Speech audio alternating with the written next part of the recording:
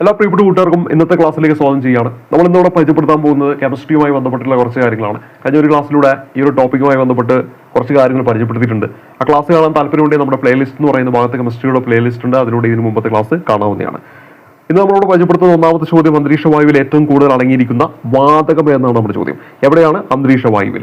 അന്തരീക്ഷ വായുവിൽ ഏറ്റവും കൂടുതൽ അടങ്ങിയിരിക്കുന്ന വാതകം ഏതെന്ന് വെച്ചാൽ ഉത്തരമായിട്ട് വരേണ്ടത് നൈട്രജൻ ആണ്. നമ്മൾ കഴിഞ്ഞ ക്ലാസ്സിൽ ഒരു കോഡ് പഠിച്ചു, NOAC എന്ന് പറയുന്ന കോഡ്. അന്തരീക്ഷ വായുവിലെ ഏറ്റവും കൂടുതലുള്ളത് നൈട്രജൻ, രണ്ടാമത് വരുന്ന ഓക്സിജൻ, മൂന്നാമത് വരുന്ന ആർഗൺ, നാലാമത് വരുന്നത് കാർബൺ ഡയോക്സൈഡ്. ആ ഒരു കോഡ് ഓർത്തിരിക്കുക.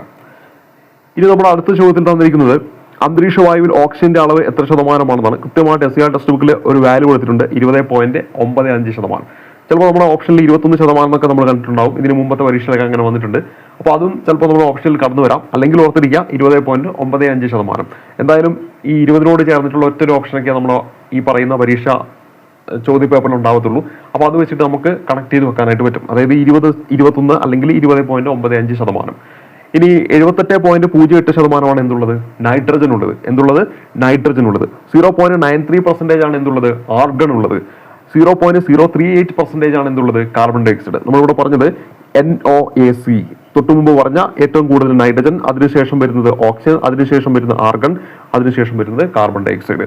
അതിൽ നൈട്രജൻ 78.08%, ഓക്സിജൻ 20.95%, ആർഗൺ 0.93%, അതേപോലെ തന്നെ കാർബൺ ഡയോക്സൈഡ് എത്രയാണ് വരുന്നത്? 0.038% ആണ്. 0.038% ആണ്.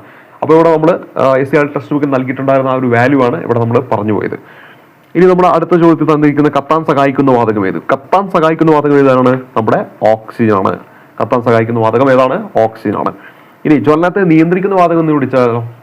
കത്താൻ സഹായിക്കുന്ന വാതകം ഓക്സിജൻ ആണെന്ന് പഠിച്ചു.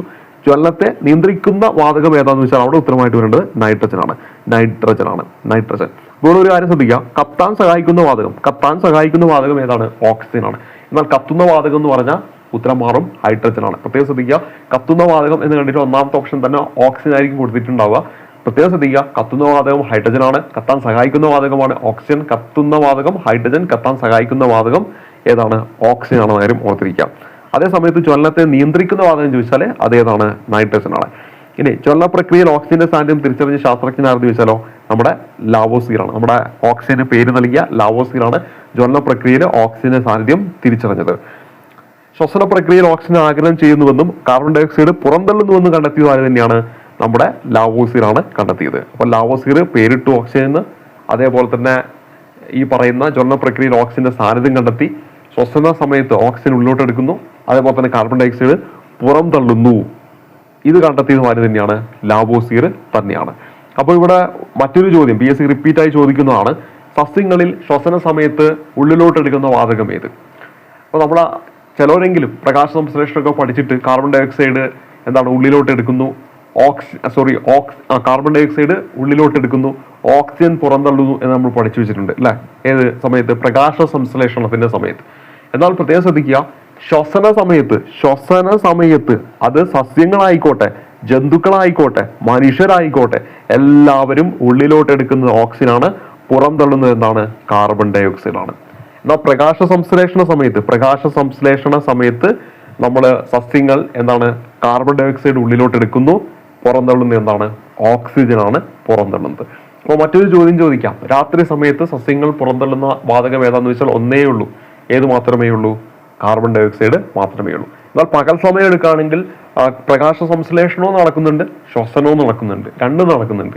അപ്പോൾ പകൽ സമയത്ത് പ്രകാശ സംശ്ലേഷണ ഫലമായിട്ട് ഓക്സിജൻ പുറന്തള്ളുന്നുണ്ട്, ശ്വസന ഫലമായിട്ട് എന്തും പുറന്തള്ളുന്നുണ്ട്? കാർബൺ ഡയോക്സൈഡും പുറന്തള്ളുന്നുണ്ടെന്ന കാര്യം ഓർത്തിരിക്കുക.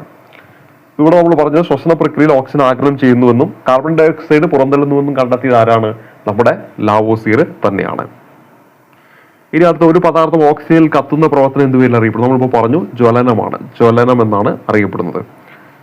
ഇവിടെ ഒരു ഇത് തന്നിട്ടുണ്ട്, ഇക്വേഷൻ തന്നിട്ടുണ്ട്. 6CO2 + 6H2O പ്രകാശത്തിന്റെ സാന്നിധ്യത്തിൽ 6C6H12O6 + 6O2 ആയിട്ട് മാറുന്നു. ഇത് എന്തിന്റെ സമവാക്യമാണെന്ന് വെച്ചാൽ നമുക്കറിയാം, ഇത് എന്തിൻ്റെയാ? നമ്മുടെ പ്രകാശ സംശ്ലേഷണത്തിന്റെ സമവാക്യമാണ്. അപ്പോൾ കാർബൺ ഡയോക്സൈഡും ജലവും ചേർന്നിട്ട് C6H12O6 + 6O2 ആയിട്ട് മാറുന്നു. ഇനി ഇവിടെ പറയുന്ന ചോദ്യം, പ്രകാശ സംശ്ലേഷണത്തിന്റെ ഫലമായി അന്തരീക്ഷത്തിലേക്ക് പുറന്തള്ളുന്ന വാതകം ഏതാ? ഓക്സിജൻ ആണ്. കൃത്യമായിട്ട് നമുക്ക് ഇവിടെ അറിയാം. ഈ ഒരു ഇക്വേഷൻ നോക്കി നിങ്ങൾക്ക് അറിയാം, ഓക്സിജൻ ആണ് പുറന്തള്ളുന്നത്. ഉള്ളിലോട്ട് എടുക്കുന്നത് കാർബൺ ഡൈ ഓക്സൈഡ്. അവിടെ ഓപ്ഷൻ സി ആണ് ഉത്തരമായിട്ട് വരിക. ഇനി പ്രകാശ സംശ്ലേഷണ ഫലമായാണ് അന്തരീക്ഷത്തിലേക്ക് ഓക്സിജൻ പുറന്തള്ളപ്പെടുന്നതെന്ന് തെളിയിച്ചത് ആര് തന്നെയാണ്? അവിടെ ഉത്തരമായിട്ട് വരേണ്ടത്, ഈ ഒരു ചോദ്യത്തിന് ഉത്തരമായിട്ട് വരേണ്ടത് ജോസഫ് പ്രിസ്ലി ആണ്. Joseph Priestley.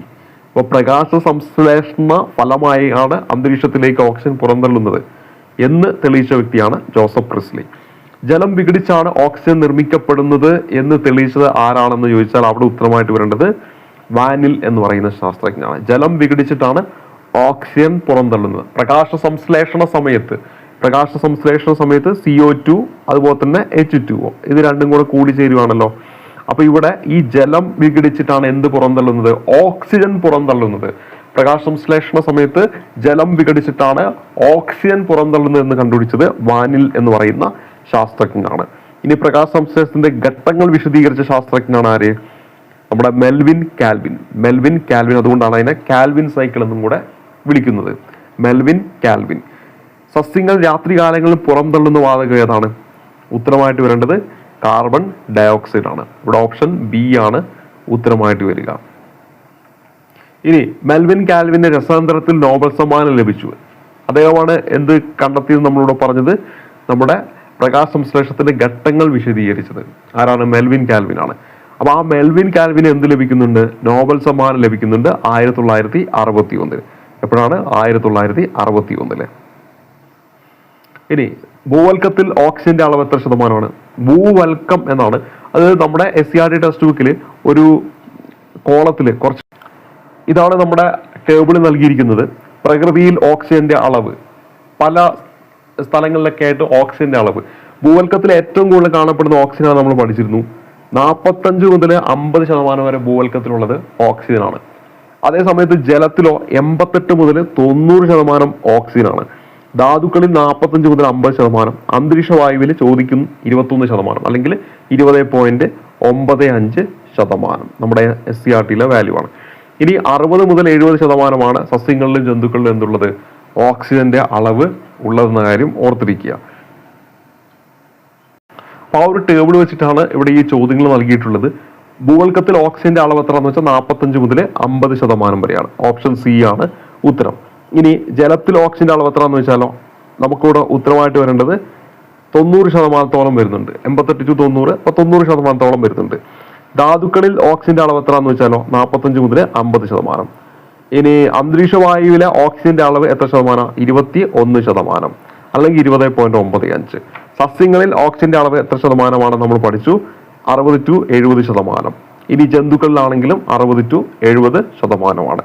അന്തരീക്ഷ വായുവിൽ ആർഗന്റെ അളവ് എത്ര ശതമാനം? നമ്മൾ ഓൾറെഡി പറഞ്ഞു പോയതാണ്, 0.93% ആണ്.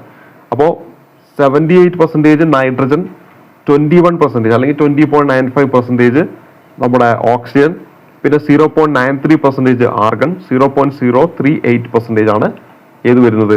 കാർബൺ ഡൈ ഓക്സൈഡ് വരുന്നത്. അന്തരീക്ഷ വായു കാർബൺ ഡൈ ഓക്സൈഡിന്റെ അളവ് എത്ര? ഇപ്പം നമ്മൾ പറഞ്ഞേ ഉള്ളൂ, 0.038% ആണ്. അന്തരീക്ഷ വായു നിയോണിന്റെ അളവ് എത്ര ശതമാനം? നിയോൺ ഉണ്ട്, ജസ്റ്റ് ഓർത്ത് വെച്ചാൽ ഒരു ടേബിളിൽ അത് കൊടുത്തിട്ടുണ്ട്, അതുകൊണ്ടാണ് ഇവിടെ ജസ്റ്റ് പറഞ്ഞത് 0.0018% ആണ്. നമുക്ക് ഏറ്റവും ഇമ്പോർട്ടൻ്റ് ആയിട്ട് അറിഞ്ഞിരിക്കേണ്ടത് നൈട്രജൻ, ഓക്സിജൻ, ആർഗൺ പരീക്ഷയ്ക്ക് വന്നിട്ടുണ്ട്, അതേപോലെ തന്നെ കാർബൺ ഡൈ ഓക്സൈഡ്. ഇതാണ് പ്രധാനമായിട്ടും അറിഞ്ഞിരിക്കേണ്ടത്. ആദ്യത്തെ 4 അത് നല്ല രീതിയിൽ ഒന്ന് പഠിച്ചു വെക്കുക. അപ്പം ഇവിടെ നമ്മൾ 0.93% അത് ആർഗൺ ആണ്, പിന്നെ 0.038% ഏതാണ്? നമ്മുടെ കാർബൺ ഡൈ ഓക്സൈഡ് ആണ്. അപ്പൊ ഇവിടെ നമ്മൾ പറഞ്ഞത് അന്തരീക്ഷ വായുവിലെ ഹൈഡ്രജന്റെ അളവ് എത്ര? ജസ്റ്റ് ഒന്ന് നോട്ട് ചെയ്ത് വെച്ചേക്കുക. ഹൈഡ്രജന്റെ അളവ് എന്ന് പറയുന്നത് ഇവിടെ 0.0004005%. ഇതാണ് ഉത്തരം. ഹൈഡ്രജന്റെ അളവ് 0.00005%.